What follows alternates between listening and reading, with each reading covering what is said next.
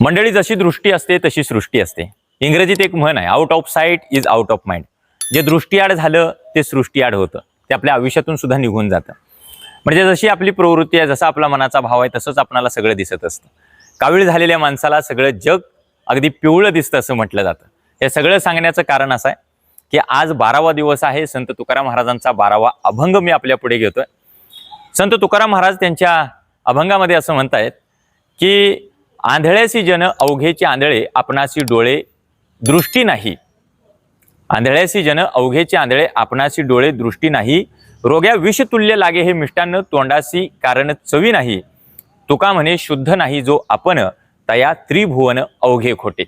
याचा अर्थ असा आहे की संत तुकाराम महाराज पहिल्या ओळीमध्ये असं म्हणतात की आंधळ्यासी जन अवघेचे आंधळे, म्हणजे आंधळ्याला सगळं जगच आंधळ असते, त्याला काही समोरचं दिसत नाही, त्याच्यासाठी सगळं आंधळ आहे. आता आंधळा हे शब्दशः संत तुकाराम महाराजांनी घेतलेलं नाही, म्हणजे ज्याची जशी प्रवृत्ती आहे त्याला तसं सगळं जग दिसत असतं. या अर्थानं संत तुकाराम महाराज या अभंगामध्ये सांगतात, हे आपल्याला कळलं पाहिजे. आंधळ्यासी जन अवघेचे आंधळे, आपणासी डोळे दृष्टी नाही, म्हणजे आपल्याला डोळेच नसल्यामुळे, दृष्टी नसल्यामुळे जसं आपल्या आत जग आहे नजरेआड, तसंच आपणाला जग दिसत राहतं. पुढे संत तुकाराम महाराज असं म्हणतायत की रोग्या विषतुल्य लागे हे मिष्टान्न, तोंडासी कारण चवी नाही.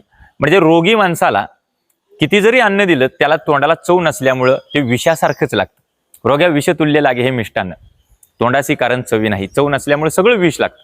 आणि शेवटच्या ओळीत तुकाराम महाराज असं म्हणतायत की तुका म्हणे शुद्ध नाही जो आपण, तया त्रिभुवन अवघे खोटे. म्हणजे आपलं मन जर शुद्ध नसेल तर अशा माणसाला तया त्रिभुवन अवघे खोटे, म्हणजे अख्खं त्रिभुवन त्याला खोटं वाटायला लागतं, लबाड वाटायला लागतं, वाईट वाटायला लागतं. त्यामुळं आपणाला काय बदलायचं असेल तर आपली दृष्टी बदलावी लागेल, आपला दृष्टिकोन बदलावा लागेल. म्हणजे हे जे डोळे आहेत याला चर्मदृष्टी आपण म्हणतो, ही कातड्याची दृष्टी आहे. आणि याच्या पलीकडं आपण जे पाहतो त्याला म्हणायचं दृष्टिकोन.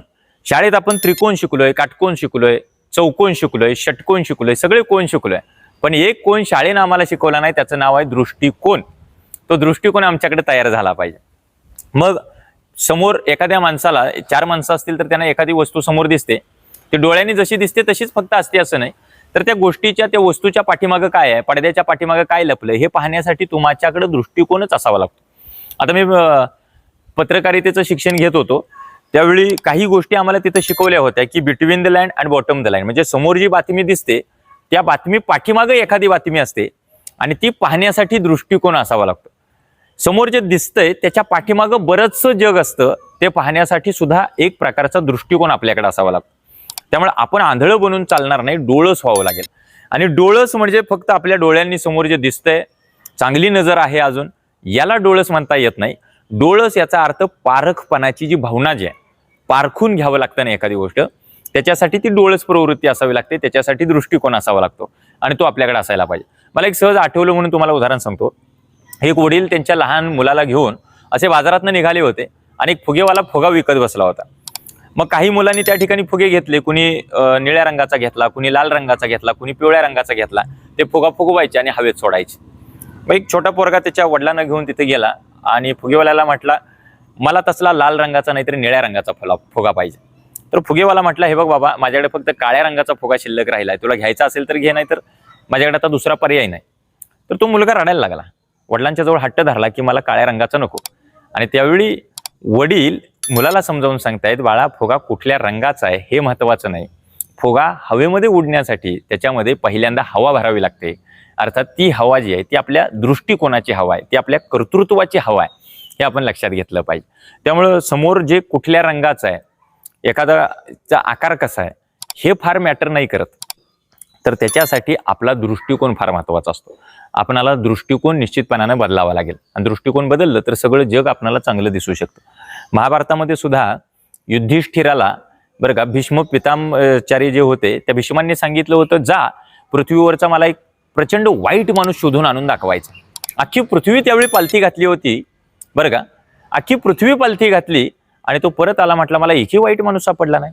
याचा अर्थ युधिष्ठिराची दृष्टी फार चांगली होती, म्हणजे त्याचा दृष्टिकोन चांगला होता, त्याचं मनच शुद्ध असल्यामुळे. तुकाराम महाराज शेवटच्या ओळीत म्हणतायत, तुका म्हणे शुद्ध नाही जो आपण, तया त्रिभुवन अवघे खोटे. त्याची नजर चांगली असल्यामुळे, त्याचा दृष्टिकोन चांगला असल्यामुळे अवघं जग खरं तर त्याला चांगलं वाटलं होतं. आता हा महाभारतातला किस्सा आहे. असे अनेक किस्से आपल्याकडे खरं तर अनेक कथांमधून तुम्हाला निश्चितपणाने मिळू शकतात. दृष्टिकोनाचा फरक आहे. दृष्टिकोन तुमच्याकडे निश्चितपणाने यायला पाहिजे. दृष्टिकोन बदलला तर सगळं जग आपणाला एका वेगळ्या प्रकारचं, आपणाला जसं पाहिजे तसं जग आपणाला निश्चितपणाने दिसू शकतं. त्यामुळे आजचा 12व्या दिवशीचा संत तुकाराम महाराजांचा 12वा अभंग आपल्याला कसा वाटला, आवडला असल्यास निश्चितपणाने लाईक करा. मुळात हा अभंग तुम्हाला जर मूळ गाथेत शोधायचा असेल तर त्याचा 302 क्रमांक आहे. अर्थात 302 नंबरचा हा अभंग आहे, तो तुम्ही त्याच्यामध्ये शोधा. व्हिडिओ आवडला असल्यास लाईक करा. आपलं मत मला कमेंट थ्रू या विषयाबद्दल कळवायला विसरू नका. आणि माझा हा ऑफिशियल यूट्यूब चॅनल आहे विक्रांत पाटील स्पीकर.